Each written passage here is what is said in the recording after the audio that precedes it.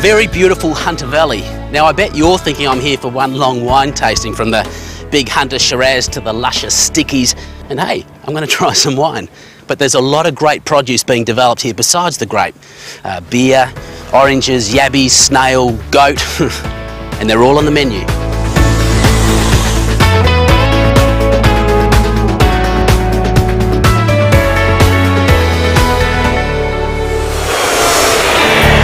The very generous people at Jetstar have airlifted us into Newcastle, and once on the tarmac, it's less than an hour's drive into the must-see wine and food heartland of the magnificent Hunter. Now how's this for an interesting start to our culinary adventure? Snails. Garden snails. Ever eaten one? Ever cooked one? What do they taste like? Nah. No. I don't know. In the Cunjaway Valley live Robert and Helen Dyball, who were first-generation snail farmers. And in their previous life, they sold fridges and washing machines in Sydney. And this is it, the snail farm? Yeah, this is the farm, yeah. I can't imagine a snail farm. Can't you? No, I thought it would be a lot smaller, actually. So it all happens in here? It all happens in here, now, yes. You breed them? We do. We breed them here. No. And look what's on the side here. Is that a love dart coming out? It is, yes. A love dart. It's a little white piece just sitting here on the surface of the skin. The skin. So it's going to mate with me. I've got to get this snail.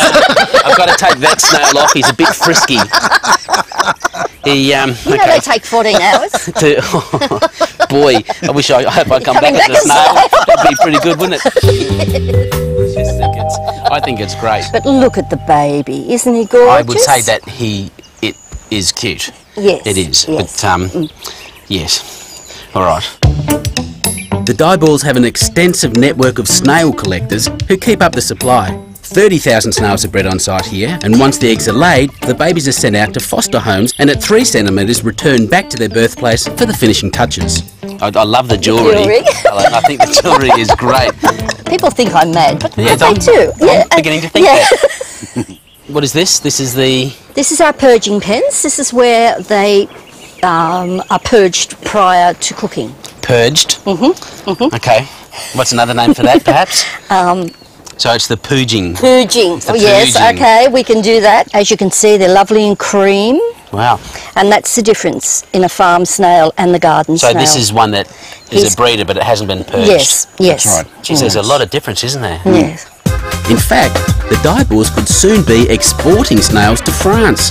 Yep, it's true. The frogs are running out of escargot. Mon Dieu. All right, well, I'm going to try a snail pie. You're lovely snails, but I must admit I'm going to be curious to see how it turns out. Oh. All right. Also expect to be slow for a few hours after eating them, but it'll wear off. Okay, fine. Once you eat a snail, you go slow.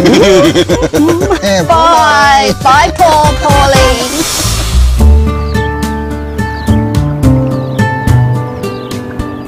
Now, my pioneering snail and yabby pie will also require a dash of one of my favourite things in life. Yes, beer. Potter's Brewery, just outside Cessnock, opened 5 years ago. The first microbrewery in amongst all the vineyards of the Hunter Valley. In heaven there is no beer, that's why we drink ours here. There's got to be beer in heaven. Must be. Luke Scott is the head brewer, and Keith Grice, his enthusiastic assistant.